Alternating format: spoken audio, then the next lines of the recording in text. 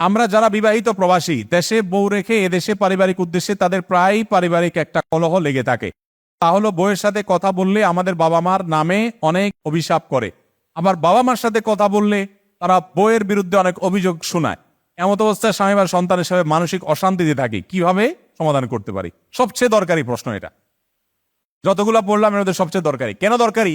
কারণ আমি এক প্রবাসীকে দেখছি সৌদি আরবে কান নষ্ট হয়ে গেছে, কানের ডাক্তার দেখাচ্ছে। কিরে ভাই কান নষ্ট হয়েছে কেন? পরে বলে ভাই হেডফোন দিয়া কথা বলতে বলতে কান নষ্ট হয়ে গেছে। বুঝতে পারছেন এত কথা কিসের?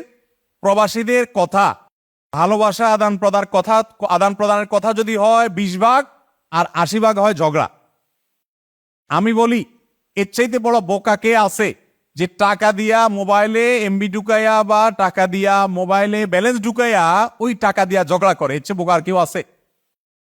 যখন খুব বেশি নেটের ব্যবহার ছিল না, আমি অনেককে দেখছি বা অনেকের কথা শুনেছি যে একটার পর একটা কার্ড ঢুকাইছে, বউয়ের সাথে ঝগড়া লাগছে, এখন আজকে গোষ্ঠী একটা উদ্ধার করে ছাড়বো, এদিকে কল আসে ব্যালেন্স শেষ হয়ে গেছে, তাড়াতাড়ি দোকান থেকে আরেকটা কার্ড আনছে, না তাড়াতাড়ি বসছে, মানে আজকে তোর গোষ্ঠী উদ্ধার, এবার আবার শুরু করছে, আবার কার্ড শেষ। আমাকে বলেন লাভ হয়েছে না লস হয়েছে? লস হয়েছে না লাভ হয়েছে বলেন? টাকাগুলো যে খরচ হয়েছে, লাভের লাভ কিছু হয়েছে?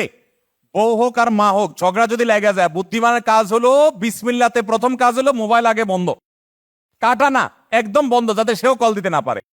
24 ঘন্টা এভাবে একটু সাইলেন্ট ঝিম মারা পড়ে থাকেন, বুদ্ধিটা শুনে রাখেন, কাজে ঝিম মারা পড়ে থাকেন 24 ঘন্টা, কোনো একদম আপনার ফোনে পাবে না, শেষ। ওইদিকে তারা হাউতাস করুক, কান্নাকাটি করুক, 24 ঘন্টা পরে মোবাইলটা আস্তে করে বিসমিল্লাহ পড়ে খোলেন। এরপরে যদি কথাও হয়, আপনি লেখা রাখেন, আমি নিশ্চিত আপনাকে বলতে পারি ওই 24 ঘন্টা আগে কথা বললে আপনার যে এমবি নষ্ট হইতো, সময় নষ্ট হইতো, কান নষ্ট হইতো, ব্রেন নষ্ট হইতো, মাথা নষ্ট হইতো, মেজাজ নষ্ট হইতো, একদিন পরে কথা বললে তার সিকিভাগও নষ্ট হবে।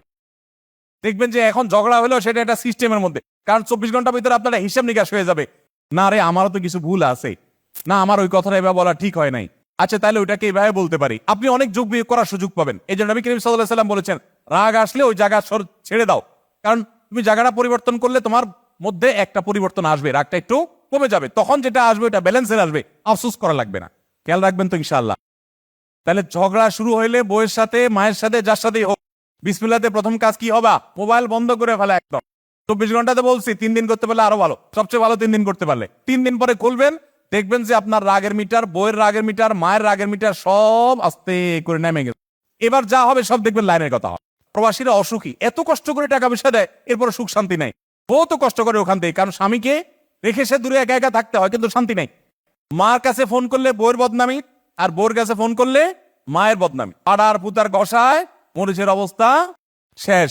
প্রবাসীদের অবস্থা সেটা। বুদ্ধি কি? বুদ্ধি শুনেন, ভালো করে শুনেন। বুদ্ধি হলো বউয়ের কাছে যখন কথা বলবেন তখন বউরে পরিপূর্ণ সাপোর্ট দেওয়ার চেষ্টা করুন।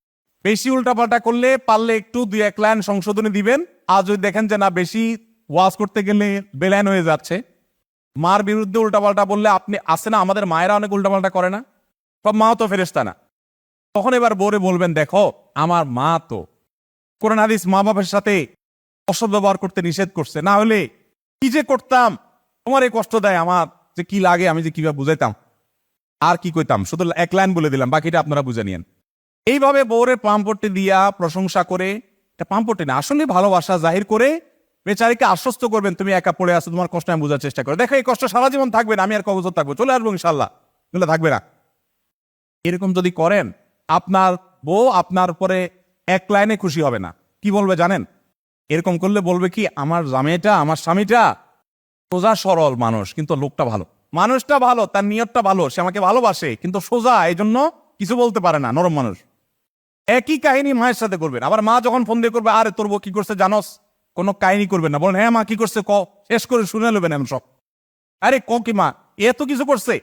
আরে মা আসল জীবনে কোনোদিন বউদের গায়ে হাত তোলে নাই, যদি ইসলামে এই সুযোগ থাকতো মা এর চামড়া আমি তুলে ফেলাইতাম, কিন্তু শরীয়ত তো সেটার অনুমোদন করে না, মা পরের ঘর থেকে আসছে, কি আর করবা মা, নিজের মেয়ের মতো কি আর হবে, পরের ঘরের মেয়ে দিন শেষে, আচ্ছা দেখি আমি পুষ্টি উদ্ধার করে ফেলাবো, শেষ। মা দেখবেন ঠান্ডা, কিছুই করলেন না। মায়ের কথা শুনে অনেক ছেলে জিদ খুলা, হাতাটাতা খুলা বোরে ফোন দেয়, পুরা এত বড় সাহস, আমার মার এটা কইছস। আবার বইয়ের কথা শুনে আর সে মারে কয়, মা তুমি নাকি এটা কইছ, এগুলোর নাম আমি দিয়েছি ব্যাক কল। এই ব্যাক কলরা সুখী শান্তি হতে সুখে শান্তিতে থাকতে পারে না, একটু বুদ্ধিশুদ্ধি থাকতে হয়। আল্লাহ আমাদেরকে বোঝার তৌফিক দান করুন। অতএব আমরা খুব হিসাব নিকাশ করে চলবো, যাতে এই ব্যালেন্সটা এইভাবে করবেন। বুঝতে পারছেন? এবার মার কাছে আপনি কি সাজবেন, মাও বলবে কি আমার ছেলেটা ভালো, কিন্তু নরম, ভালো ছেলে, সোজা ছেলে, এজন্য বউটারে সোজা করতে পারে না। আপনার পর অন্তত খুশি থাকে, তাহলে আপনার মাও খুশি। বুঝতে পারছেন পরামর্শ? আসুন্নাহ ফাউন্ডেশন, উম্মার স্বার্থে সুন্নাহর সাথে।